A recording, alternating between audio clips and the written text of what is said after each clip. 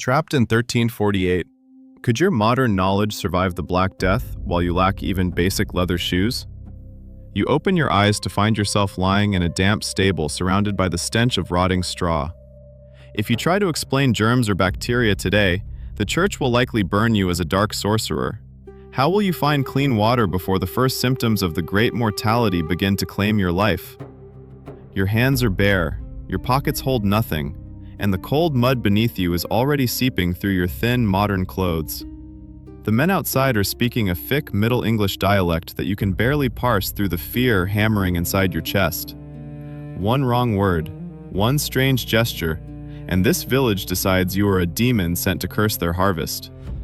You have maybe 60 seconds to look helpless enough that nobody drives a pitchfork through your ribs right now. The first rule of staying alive in 1348 is the same as the last rule. Keep your mouth shut.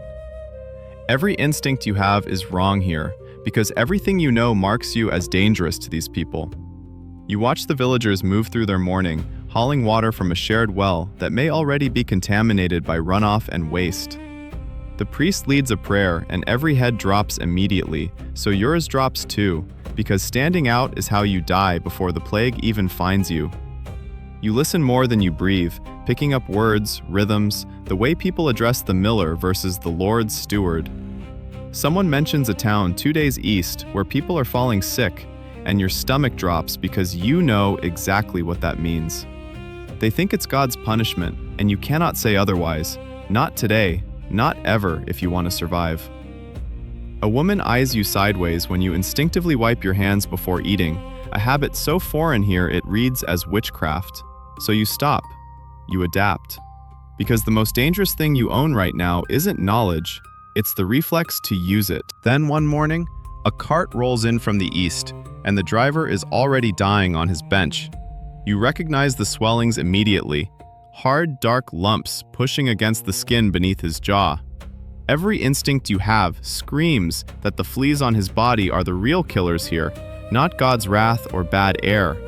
But you can't say that, not yet, not to people who believe illness is divine punishment for sin. So you do the only thing you can without getting burned as a heretic. You act.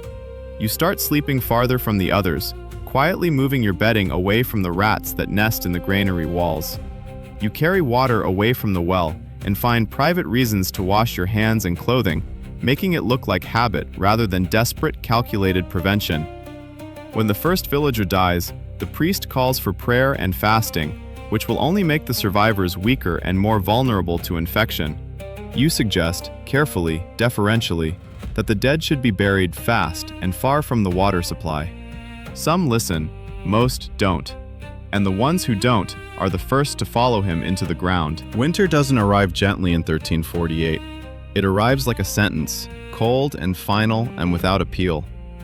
The village has already lost a third of its people to the plague, and the survivors eye each other with a particular kind of hunger.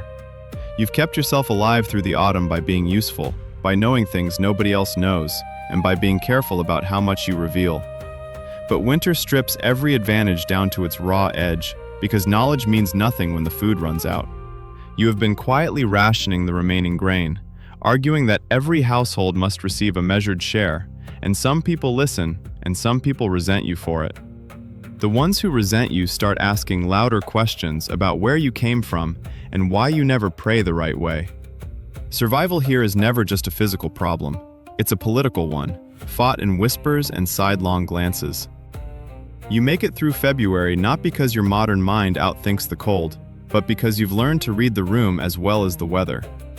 What you carry out of that winter isn't triumph.